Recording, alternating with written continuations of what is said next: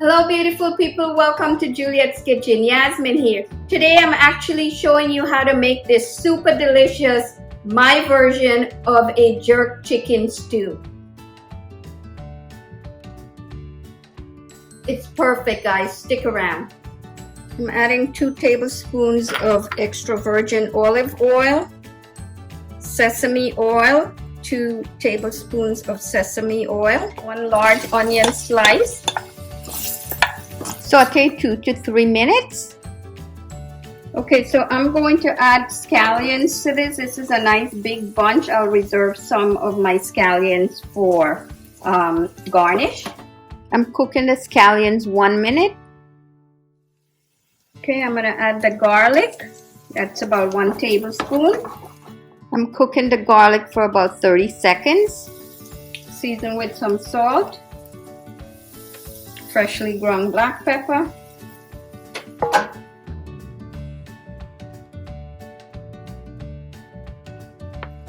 okay, I'm gonna add allspice, 1 tablespoon, cinnamon, half a teaspoon, fresh nutmeg, 1/4 teaspoon, or ground nutmeg I should say, ginger, 1/4 teaspoon. I'm cooking the spices for a good 5 minutes until it's very aromatic. Okay, I'm gonna add tomatoes. These are about 4 small plum tomato diced.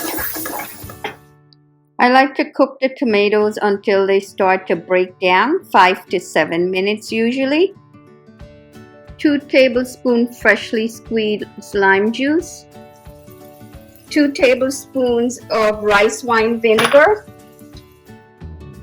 I cook this for about a good minute until it's absorbed into the tomatoes. And we're gonna add some soy sauce. This is about 2 tablespoons of soy sauce. Misty liquid smoke, 1 teaspoon. This is optional. I'm adding 2 tablespoons of brown sugar. Fresh thyme, 1 bunch, 3 bay leaves, and now I'm going to add my chicken parts. I'm using 3.5 pounds of cut up chicken. I'm going to season this with salt and pepper, freshly ground black pepper, 1 teaspoon. Mix in the chicken to coat it with the tomatoes and spices, and then add 1 can of chickpeas, 1 habanero or scotch bonnet pepper, and then I'm adding in 2 cups of chicken broth. I'm going to bring this to a boil, cover and simmer for up to 1 hour until the chicken is tender, and I typically flip the chicken over at least once. Your thumbs up to this video is very much appreciated, and if you haven't subscribed to my channel as yet, please click on the icon to my left, your right.